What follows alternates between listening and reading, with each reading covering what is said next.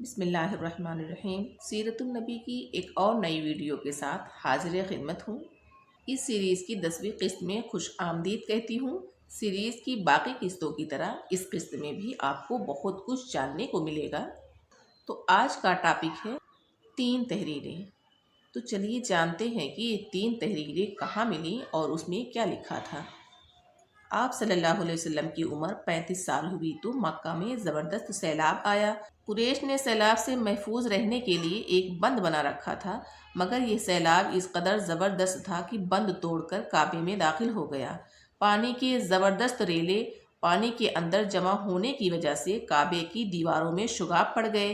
اس سے پہلے ایک مرتبہ یہ دیواریں آگ لگ جانے کی وجہ سے کمزور ہو چکی تھیں، اور یہ واقعہ اس طرح ہوا تھا کہ ایک مرتبہ کوئی عورت کعبے کو دھونی دے رہی تھی کہ اس آگ میں سے ایک چنگاری اڑ کر کعبے کے پردوں تک پہنچ گئی۔ اس سے پردوں کو آگ لگ گئی اور دیواریں تک جل گئیں۔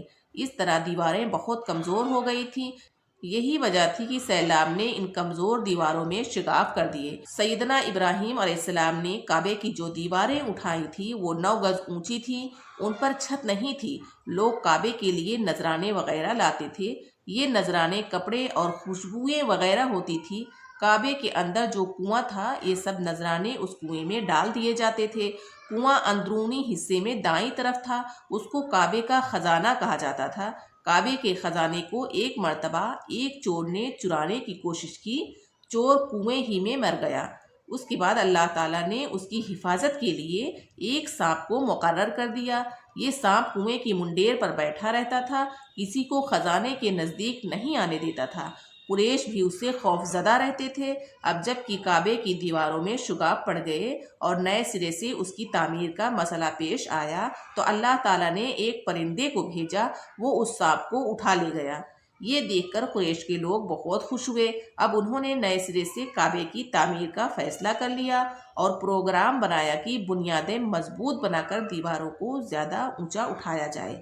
اس طرح دروازے کو بھی اونچا کر دیا جائے گا تاکہ کعبے میں کوئی داخل نہ ہو، صرف وہی شخص داخل ہو جسے وہ اجازت دے۔ اب انہوں نے پتھر جمع کیے۔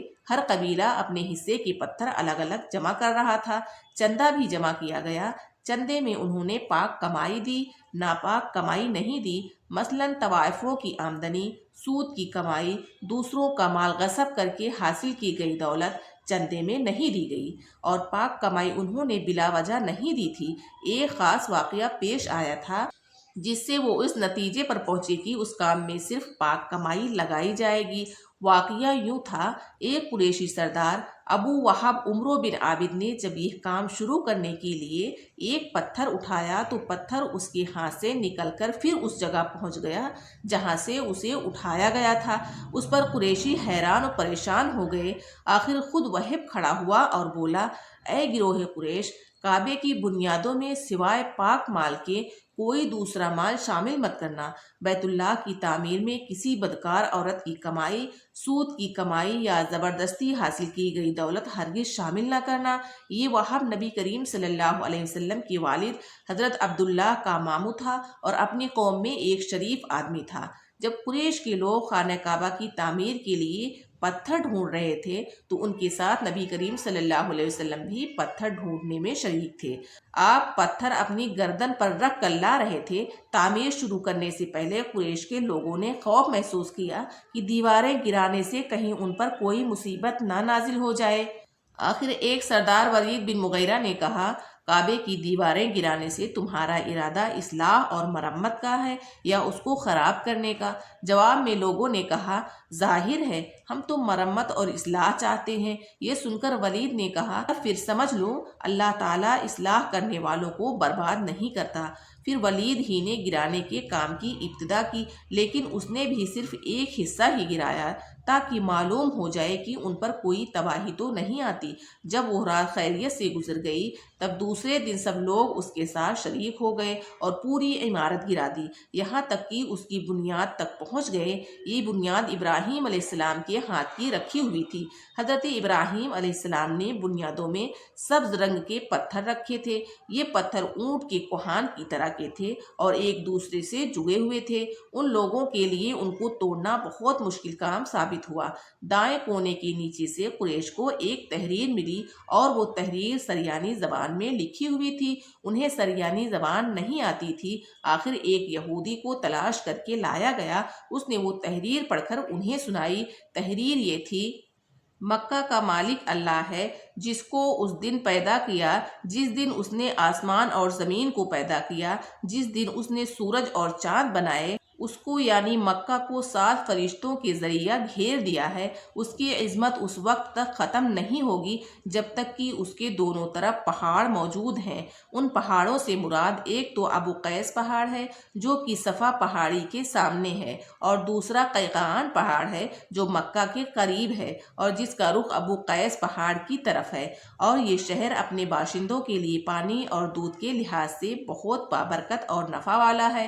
یہ پہلی تحریر تھی۔ دوسری مقام ابراہیم سے ملی۔ اس میں لکھا تھا: مکہ اللہ تعالیٰ کا محترم اور معظم شہر ہے، اس کا رزق 3 راستوں سے اس میں آتا ہے۔ یہاں 3 راستوں سے مراد قریش کے 3 تجارتی راستے ہیں۔ ان راستوں سے قافلے آتے جاتے تھے۔ تیسری تحریر اس سے کچھ فاصلے سے ملی۔ اس میں لکھا تھا: جو بھلائی بوئے گا لوگ اس پر رشک کریں گے، یعنی اس جیسا بننے کی کوشش کریں گے، اور جو شخص رسوائی بوئے گا اور وہ رسوائی اور ندامت پائے گا۔ تم برائیاں کر کے بھلائی کی آس لگاتے ہو۔ ہاں، یہ ایسا ہی ہے جیسے کیکر یعنی کانٹے دار درخت میں کوئی انگور تلاش کرے۔ یہ تحریر کعبے کے اندر پتھر پر کھودی ہوئی ملی۔ کعبے کی تعمیر کے سلسلے میں قریش کو پتھروں کے علاوہ لکڑی کی بھی ضرورت تھی۔ چھت اور دیواروں میں لکڑی کی ضرورت تھی۔ لکڑی کا مسئلہ اس طرح حل ہوا کہ ایک جہاز عرب کے ساحل سے آ کر ٹکرا گیا۔ آج اس مقام کو جدہ کا ساحل کہا جاتا ہے۔ پہلے یہ مکہ کا ساحل کہلاتا تھا، اس لیے کہ مکہ کا قریب ترین ساحل یہی تھا۔ ساحل سے ٹکرا کر جہاز ٹوٹ گیا۔ وہ جہاز کسی رومی تاجر کا تھا۔ اس جہاز میں شاہ روم کے لیے سنگ مرمر، لکڑی اور لوہے کا سامان لے جایا جا رہا تھا۔ قریش کو اس جہاز کے بارے میں پتہ چلا تو یہ لوگ وہاں پہنچے اور ان لوگوں سے لکڑی خرید لی۔ اس طرح چھت کی تعمیر میں اس لکڑی کو استعمال کیا گیا۔ آخر خانہ کعبہ کی تعمیر کا کام حجر اسود تک پہنچ گیا۔ اب یہاں ایک نیا مسئلہ پیدا ہو گیا۔ سوال یہ پیدا ہوا کہ حجر اسود کون اٹھا کر اس کی جگہ پر رکھے گا؟ ہر قبیلہ یہ فضیلت خود حاصل کرنا چاہتا تھا۔ یہ جھگڑا اس حد تک بڑھا کہ مرنے مارنے کی نوبت آ گئی۔ لوگ ایک دوسرے کو قتل کرنے پر تل گئے۔ قبیلہ عبد الدار نے تو قبیلہ عدی کے ساتھ مل کر ایک برتن میں خون بھرا اور اس میں اپنے ہاتھ ڈبو کر کہا: حجر اسود ہم رکھیں گے۔ اسی طرح دوسرے قبیلے بھی اڑ گئے۔ تلواریں نیاموں سے نکل آئیں اور لڑائی بہت زیادہ بڑھ گئی۔ باقی کا انشاءاللہ اگلے قسط میں سنیں گے۔ تب تک کے لیے اللہ حافظ۔